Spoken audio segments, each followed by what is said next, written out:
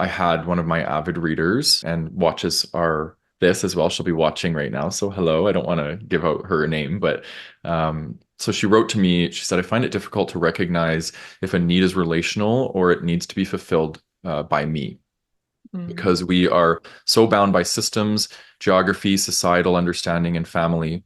It seems possible only if you escape and find a cocoon of like-minded people or a tribe.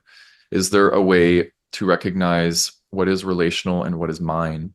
What I do currently is assume it all to be mine, which is hyper independence, or then swing to naming it all on the other person, which is codependence, really, at the end of the day, or dependence.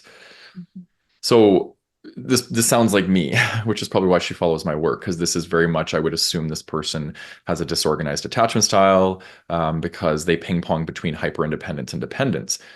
Anxious people are going to be more independent, avoidant people are going to be more hyper independent, and if you're a ping ponger, you're going to likely have a disorganized attachment style. That's an assumption I'm making, but there's a generalization to it. So the question is, how to know if a need is relational or should be fulfilled by you? Mhm. So, what's your take on this? Because I know, and I have a feeling that you might have learned this through your relationship. Like in the early stages, you were more codependent. How did you learn to discern between the need being relational and the need being having to be met by you?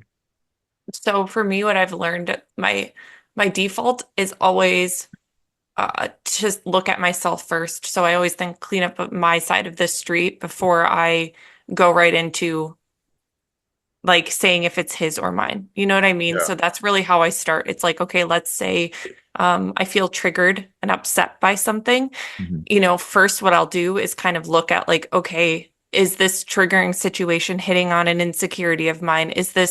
Am I feeling tired? Am I, is this reminding me of something that happened in the past? And I go within first and I kind of just like assess like what's going on for me here. And is this something that I can actually support myself through? Um, and if it's something where I'm like, no, this is actually an unmet need that I have in my relationship, then I can have that conversation.